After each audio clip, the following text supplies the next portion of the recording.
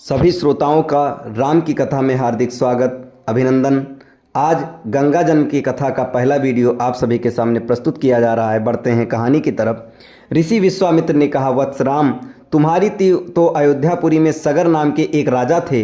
वे पुत्रहीन थे। सगर की पटरानी का नाम केसनी था, जो कि विदर्भ प्रांत के राजा की पुत्री थी। केसनी रूपवती, धर्मात्मा और सत्यपरायण थी।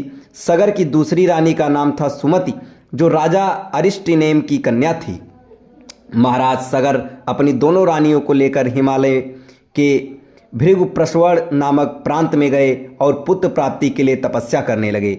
उनकी तपस्या में महर्षि भृगु प्रसन्न हुए और उन्हें वर दिया कि तुम्हें अनेक पुत्रों की प्राप्ति होगी।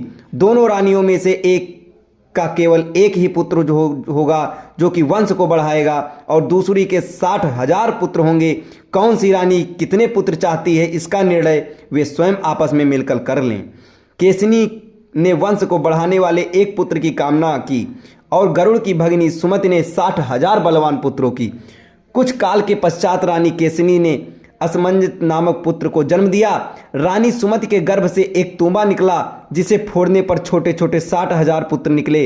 उन सब का पालन पोषण घी के घड़ों में रखकर किया गया। कालचक्र व्यतीत होते गए और सभी राजकुमारी विवाह हो गए।